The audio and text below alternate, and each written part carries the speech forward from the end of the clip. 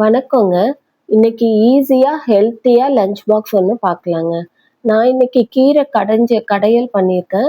புடலங்காய் பொரியலும், முட்டை வறுவல் பண்ணியிருக்கேன். இப்ப கீரை கடையல் நம்ம எப்படி பண்றதுன்னு பார்க்கலாம். இப்ப குக்கர்ல நான் பருப்பு, தக்காளி, சீரகம், சின்ன வெங்காயம் எல்லாமே போட்டு வேக வச்சிருக்கேங்க.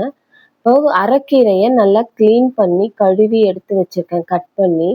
இப்போ வேக வச்ச பருப்போட நம்ம இந்த அரைக்கீரைய சேர்த்துக்கலாம். சேர்த்து நல்லா வேக விட்டு எடுத்துக்கலாம். இப்போ எல்லா பருப்பு, கீரை 2ம் நல்லா சேர்ந்து வந்துடுச்சு. தக்காளி எல்லாம் நல்லா மசிச்சு விட்டு கடைஞ்சிட்டேன் நானு. இப்போ தாளிப்பு நம்ம கொட்டிடலாங்க.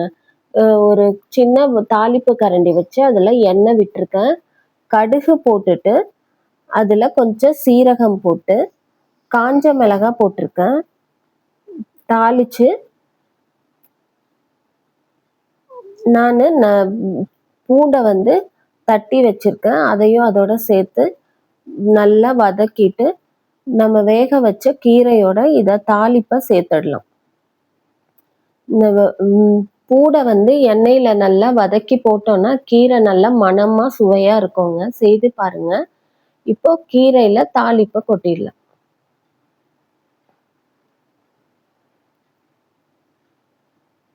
நம்மளுக்கு கீரை ரெடி ஆயிடுச்சு.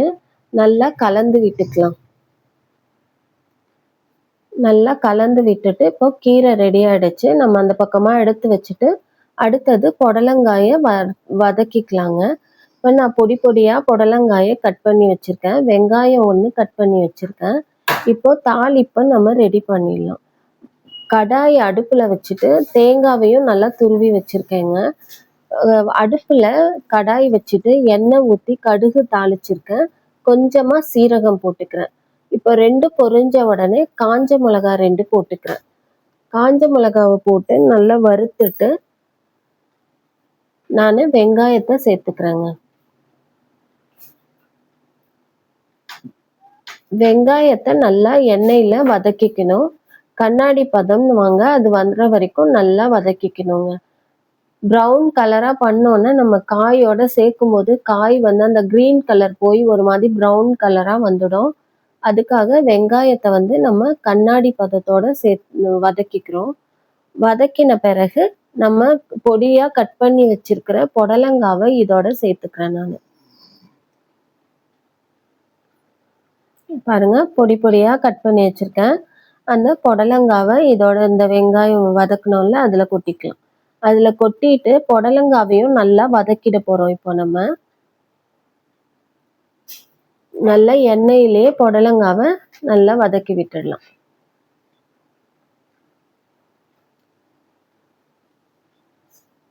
இப்போ புடலங்காக்கு தேவையான உப்பையும் சேர்த்துக்கலாம் நம்ம.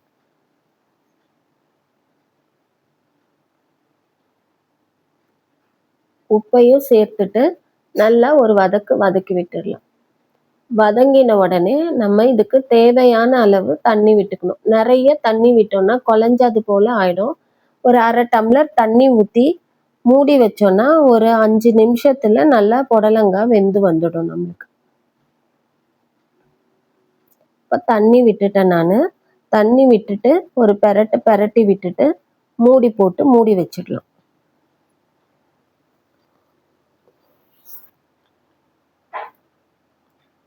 ஒரு 2 நிமிஷம் கழிச்சு பார்த்தோன்னா தண்ணி நல்லா வற்றி புடலங்காய் இந்த மாதிரி இருக்கும்.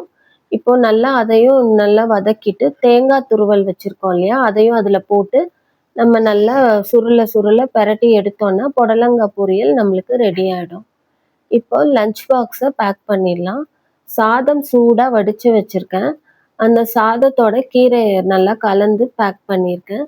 புடலங்காய் பொரியலையும் முட்டை வேக வச்சு குழந்தைங்களுக்காக முட்டைய வறுவல் மாதிரி பண்ணி ரெடி பண்ணி லஞ்ச் பேக் பண்ணியிருக்கேன். இந்த